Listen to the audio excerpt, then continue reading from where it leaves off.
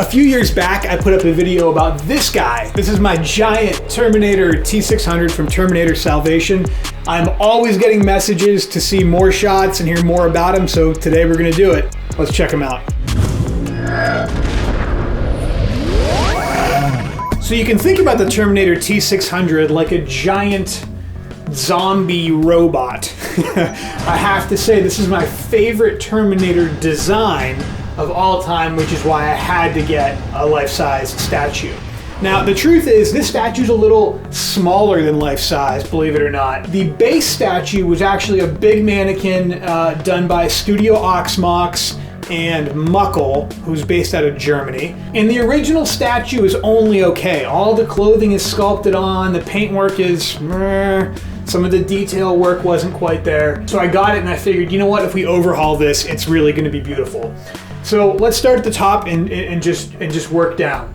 The head is all new. This head is from a Sideshow bust. It's been repainted. It has a new neck so that it's removable and the head turns.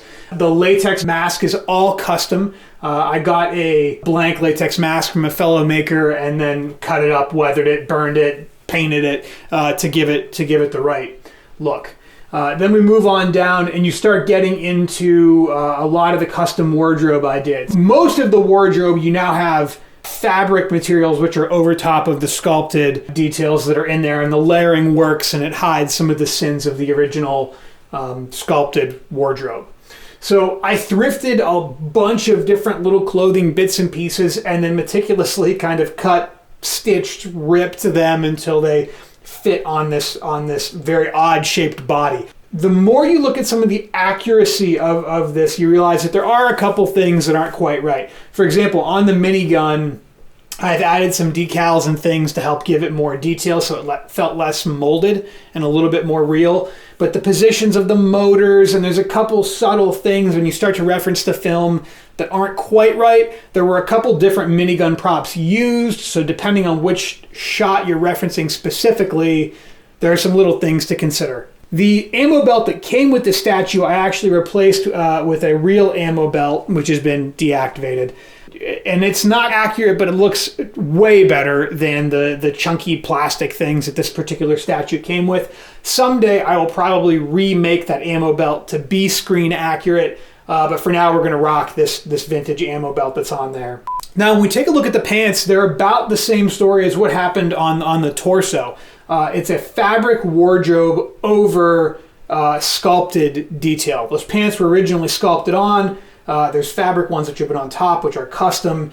Because I knew that these pants were really going to have to be torn apart and wrinkled and creased into just the right shape to make them fit the statue and look good on display, I actually thinned down some PVA glue, soaked these pants, formed them into position, and the result is that they kind of have this semi-hardened appearance in person. It keeps all those rips and wrinkles and tears in place, and it just displays much better, especially if I have to take the statue apart to move it, which is not fun, but if I did, that really helps.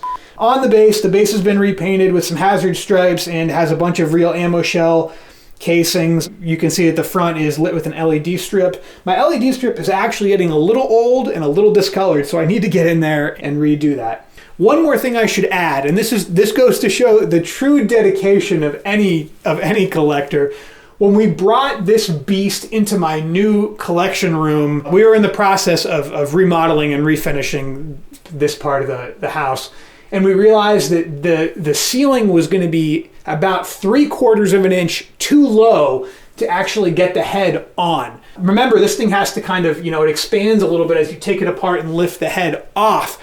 So while technically, I measured everything beforehand, technically the statue fit when it was all assembled, but there just wasn't enough wiggle room to get the head on. So we had to finish this part of the basement without drywall on the ceiling. This is his permanent home now, where he has a little bit of extra height. And I'm sure any dedicated collector can understand the struggle of getting a big piece like this into a smaller space.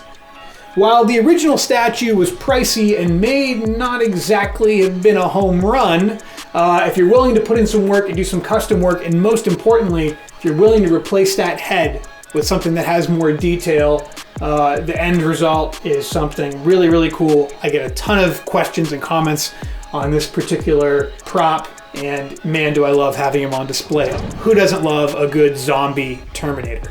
Thanks for watching today, guys. Check back for more content soon. Please hit that subscribe button. I would seriously appreciate it, and we'll keep the videos coming. Thanks. Later. Bye.